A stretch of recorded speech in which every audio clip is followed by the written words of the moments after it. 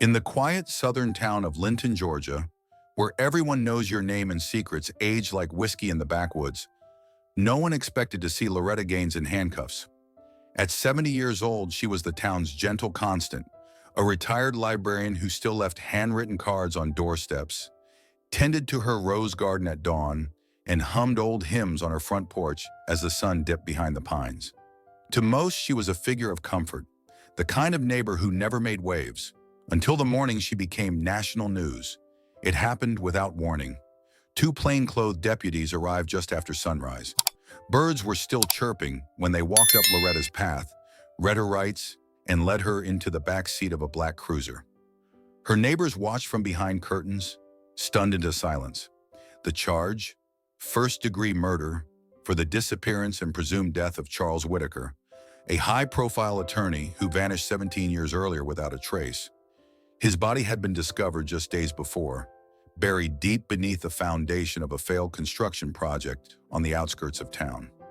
Alongside it, police claimed, was a rusted locket containing a photo of a younger Loretta. It was all the evidence they needed to make an arrest. The headlines came quickly. Beloved town elder accused in cold case homicide. Reporters descended, cameras flashed, whispers turned into televised debates. But Loretta said nothing. She didn't protest, didn't plead, didn't speak a word, not even when they brought her before the judge.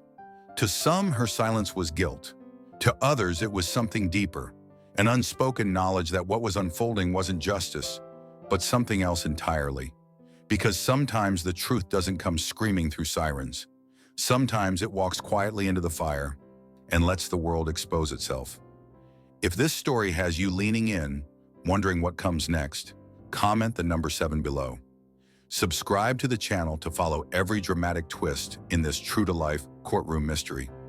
Share this story with someone who knows that silence isn't always weakness. It's waiting for the right moment to speak. The trial began under a humid sky and behind thick courtroom glass. But it was clear from day one. Loretta Gaines wasn't just fighting a charge. She was fighting a story already written for her. The prosecution, led by Vanessa Whitaker, niece of the late Charles Whitaker, stood tall and poised, painting Loretta as a woman with a long memory and a silent rage. The narrative was elegant, dramatic, and dangerously thin. Vanessa claimed Loretta had a secret history with her uncle, one rooted in betrayal and revenge. There was no physical evidence beyond a rusted locket and a decades-old rumor. But in a room filled with 12 strangers, assumptions became evidence. Loretta sat still throughout it all. Dressed in a navy blue cardigan and low-heeled shoes, she never once raised her voice or interrupted. She listened, she watched. And outside those four walls, the town she once served began to murmur with doubts. The whispers weren't always spoken aloud, but they lived in every headline, every sidelong glance, and every comment that started with, "I always thought she was a little too quiet." The defense struggled to cut through the fog of familiarity. They called character witnesses, former students, pastors, neighbors, but their words couldn't compete with the allure of a neatly packaged narrative. Even Eli Booker, a mentally unstable drifter who claimed to have seen Loretta near the construction site in 2006, was allowed to testify. His inconsistencies were ignored. His mental health history was sealed. All that mattered was that someone pointed a finger, and that finger was aimed at a black woman who refused to explain herself. It wasn't justice, it was theater. And each day Loretta walked into court, she passed walls carved with the words, "equal under law," a phrase that felt more like suggestion than promise. The courtroom wasn't interested in what was true. It was only interested in what sounded true enough. The courtroom had settled into routine. Day after day, the prosecution unfolded its story. The jury listened with tired eyes, and Loretta Gaines sat unmoved, a statue in a navy sweater. Nothing had shifted until the doors opened on the 5th day of trial, and everything stopped. He walked in with no announcement, no guard, no fanfare. A tall man in a dark suit with a familiar brow, eyes that echoed Loretta's, and a slight limp in his step. Whispers spread before the judge even noticed, then gasps. Someone in the back dropped a pen. One juror's mouth fell open in disbelief. Julian Gaines, Loretta's son. The man the town had buried 17 years ago. The man they claimed died in a car accident, whose funeral had been held under an oak tree just west of town. The man whose absence had been folded into Loretta's silence. And yet there he was, alive, standing tall, holding a folder in one hand and years of buried truth in the other. Vanessa Whitaker froze, blinking rapidly as if trying to rewrite what her eyes were telling her. The judge dropped his gavel once, calling for order, but the room was already unraveling. Reporters scrambled for their phones. The defense attorney's hand shook as he approached Julian. "Your Honor," the lawyer stammered, "this is a material witness, presumed deceased, and the biological son of the defendant." Julian didn't wait for permission. He stepped forward and, in a steady voice, said, "I faked my death to survive, and now I've come back to tell you who really killed Charles Whitaker." The silence that followed was total, not a cough, not a shuffle. In an instant, the entire shape of the trial shattered. Loretta finally lifted her eyes. For the first time since her arrest, emotion cracked her expression. Not shock, not fear, recognition. And in that moment, everyone in the courtroom realized they hadn't been watching a trial. They'd been watching a setup. And the ghost they thought was gone had come back, not to haunt, but to reveal everything they missed. The day after Julian Gaines reappeared, the courthouse buzzed with a different energy. Cameras lined the streets. Reporters speculated. Legal analysts scrambled to adjust their commentary. But inside courtroom 2B, Julian's voice was calm, measured, and devastating. He took the stand with a folder in his lap, weathered and sealed in a plastic sleeve. "This," he said, holding it up, "is the file my mother was never supposed to see." Inside was a collection of memos, emails, and typed meeting notes, all from the office of Charles Whitaker, written just days before his disappearance. One memo stood out. Dated March 12, 2006, it outlined Charles's intent to expose a real estate money laundering scheme tied directly to Vanessa Whitaker's political donors, and more damning, to a sitting judge. That judge, as the courtroom would come to learn, was none other than Raymond Sellers, the very man presiding over Loretta's trial. The file had been buried, digitally wiped from the archives, missing from evidence logs. But Julian, living under assumed names and circling political networks for years, had found a backup copy. Not in a government server, but in a private drive Charles had hidden in a safety deposit box under a pseudonym. As Julian testified, Vanessa's expression hardened. She objected. She called the documents fabricated, but the defense had them authenticated that morning by a forensic analyst. The courtroom shifted. Jurors leaned forward. The judge shifted uncomfortably in his chair. Even the court stenographer paused more often between strokes. Then Julian dropped the final blow. That file was edited 2 months after Charles disappeared, and the person who signed off on the redacted version was sitting on the prosecution side of this courtroom. The room fell into stunned silence, because the case wasn't about Loretta anymore. It never had been. It was about a truth that had been buried, just like Charles, and the people willing to kill to keep it that way. And now, with that file open and the paper trail exposed, no one was safe from what came next. The name Eli Booker hadn't meant much when the trial began. A transient, a man without an address. His earlier testimony, muddled, nervous, had been used to quietly suggest that Loretta Gaines had been near the construction site on the night Charles Whitaker disappeared. No one questioned how Eli remembered so many details despite suffering from severe memory fragmentation. No one was supposed to, but after Julian Gaines returned and revealed the hidden memo, Eli's name resurfaced in the unlikeliest way. Buried in the document was a note about a man who had seen something, someone who needed to be removed from the narrative. Eli had vanished soon after his testimony. The court was told he was unavailable due to relocation. But Julian, tracing the memo's implications, hired a private investigator who found him days later, living in a rundown trailer outside Montgomery, Alabama, sedated and under the care of a private rehabilitation sponsor connected to a donor of Vanessa Whitaker's campaign. When Eli was brought back to court, this time under protection, he looked frail, like someone who'd been forgotten on purpose. But when asked directly, his voice trembled into something clear. They told me to say I saw her, but I didn't. I didn't see her. I saw him, Charles, and he wasn't alone. He was yelling, arguing, with someone in a dark car, not her. A hush fell across the room. When asked who paid him, Eli pulled a crumpled check from his coat pocket. The signature at the bottom, Vanessa Whitaker. The courtroom, already teetering, broke wide open. If this part of the story shocked you, comment the number 7 below. If it didn't surprise you at all, comment 0. We want to hear your thoughts. Subscribe to the channel for the next unraveling twist in this courtroom thriller. Share this story with someone who believes every truth has its moment, because we're not done yet. The trial had already tilted, but what came next would knock the foundation out from under the courthouse itself. Judge Raymond Sellers had presided over hundreds of cases during his career. His voice commanded authority. His gavel carried weight. But behind his chamber's oak door, when he thought no one was listening, his voice was something else entirely. What he didn't know was that after Julian Gaines revealed the altered files and Eli Booker confessed to perjury, the courtroom's surveillance system had been flagged by Monica Lane, Julian's investigator. She had obtained authorized access to a back channel of internal security footage, installed quietly during a renovation 3 years prior. Hidden microphones meant to protect judicial transparency had never been disabled, and now they recorded everything.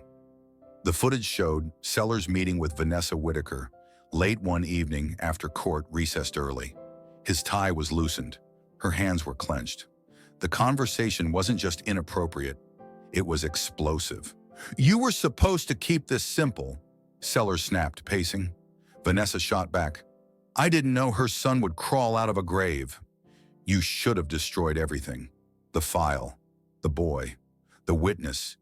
You're the one who let Loretta take the fall 17 years ago." It was enough. The next morning, Monica submitted the footage to the federal court and shared it with the defense. By noon, the audio was being transcribed in chambers.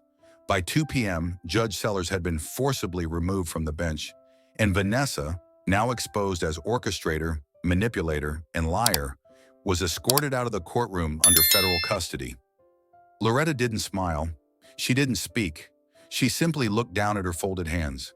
Because this wasn't vindication. This was exposure. And behind that dignified silence, one truth became impossible to ignore. They hadn't just tried to bury Charles Whitaker, they had buried the law itself. And now the exhuming had begun. By the time the jury was dismissed to deliberate, the courtroom was no longer a place of law. It was a battlefield of exposed lies, broken oaths, and fragile dignity barely holding together. The prosecution's case had collapsed under its own weight. The evidence was tainted. The judge had been removed. The star witness was discredited. And the truth, long buried beneath legal theater, had finally surfaced.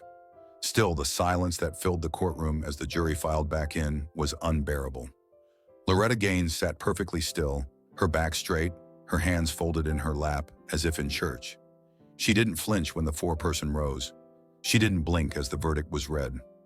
On the charge of murder in the first degree, we find the defendant not guilty. There was no cheer, no celebration, just a collective exhale, slow, sharp, and stunned. Loretta closed her eyes.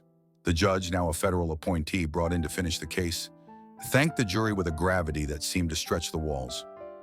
Even he knew this wasn't a routine acquittal. This was a rupture, a blow to a system that had upheld appearance over truth for far too long. As Loretta exited the courtroom, escorted by her son Julian, reporters surged forward, but she said nothing. Her silence was no longer mistaken for weakness. It was recognized now for what it had always been: resolve. Behind her, Vanessa Whitaker was already in custody, awaiting indictment. Courtroom staff filed quietly out of the room, heads low. And jurors, some wiping tears, others still dazed, understood they hadn't just freed a woman, they had become part of something much bigger. Loretta never wanted to be a symbol, but on that day, in that moment, she became one. Because sometimes the most powerful verdict isn't written in law books, it's etched into the hearts of those who finally choose to see. The courtroom lights had dimmed, but the spotlight on Linton, Georgia, was just beginning to burn. In the days following Loretta Gaines's acquittal, headlines spread far beyond county lines. National outlets picked up the story. Not because it was rare, but because it was familiar. Too familiar.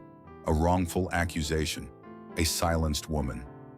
A web of power, race, and politics stitched together behind closed doors. What began as a local trial had become a national reckoning. Federal prosecutors launched a formal investigation into the Linton District Attorney's Office, uncovering more than a dozen cases in which exculpatory evidence had been withheld or manipulated. Former Judge Raymond Sellers faced obstruction of justice charges. Vanessa Whitaker, now fully unmasked, became the center of a sweeping ethics probe that would eventually bring down other names long thought untouchable. And yet, amid all the noise, Loretta remained silent. She didn't appear on television. She didn't write a memoir. When asked for comment, her attorney simply said, she said what she needed to in her silence. In Washington, Julian Gaines testified before a special committee, detailing how the structure of local politics had allowed corruption to masquerade as law for years. His words were not emotional, they were surgical. He laid out every file, every altered document, every name, not out of vengeance, but out of necessity. What happened in Linton wasn't an accident. It was a stress test on the very fabric of the justice system, and it failed. But Loretta didn't. She never fought the system with fury. She forced it to confront itself through patience, presence, and poise. And in doing so, she showed the country something many had forgotten. Justice doesn't begin with verdicts. It begins when those left unheard are finally seen. And when the silence we mistake for surrender is actually the calm before transformation. The headlines faded, the legal teams moved on. The town of Linton slowly returned to its routines. But in the quiet places, the courthouse halls, the Sunday sermons, the whispered conversations on shaded porches, something had changed. Loretta Gaines didn't seek revenge. She didn't relish vindication. After all the headlines, all the testimony, all the revelations that exposed a system more fragile than anyone wanted to admit, she returned home the same way she had left it, quietly. She swept her porch. She trimmed her roses. She wrote thank you notes in cursive. But the world around her was no longer the same. Where once her silence had been misread as passivity, it was now understood as power. The kind that doesn't need a podium, a microphone, or a raised fist. Loretta had stood in the center of chaos and never flinched. She had let the truth come to her, piece by piece, never forcing it, never distorting it. And when it finally did, she didn't shout. She simply watched as the lies collapsed under their own weight. Young women began writing to her. Law students cited her trial in ethics papers. Judges discussed her case behind closed doors. Loretta never responded to the attention, but she didn't have to. She had become what no one planned for, a quiet revolution in human form. Not an activist by title, but by example. The system hadn't changed overnight, but it had been made to look at itself. And once that happens, change is inevitable, even if slow. Loretta knew this. She had always known it. She wasn't the woman they expected to change the world. But perhaps that's exactly why she did. Because sometimes it's not the loudest voices that move mountains. It's the quiet ones who never stop standing, even when no one is watching, even when everyone expects them to fall.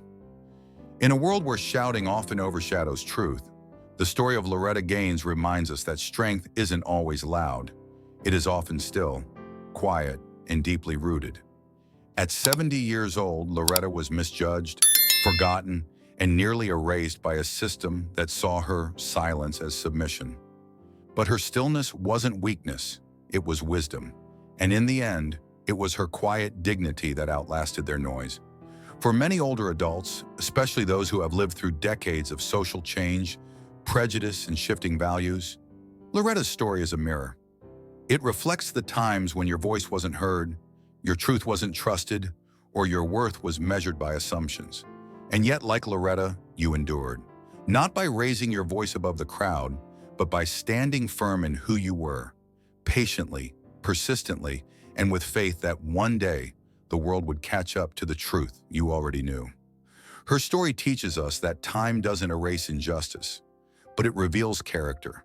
And while institutions may fail, people can rise. Not always in headlines or protests, but in the quiet decisions made each day. To hold your ground, to choose grace over fury, to wait without giving in. Loretta also reminds us that we are never too old to make an impact. Sometimes the most powerful revolutions come from those who've lived long enough to see how deeply the world needs changing. Her silence spoke louder than 1,000 speeches, and that is a lesson every generation needs to remember. So if you've ever felt overlooked, if you've ever been told you're too late, too old, or too quiet to matter, remember Loretta? Sometimes the ones they try hardest to silence are the ones who were meant to stand in the center of truth all along. If this story inspired you or reminded you of your own strength, comment the number 7 below. Subscribe to the channel for more stories that honor wisdom, resilience, and quiet courage. Share this video with someone who needs to hear that it's never too late to stand tall and that stillness can move mountains.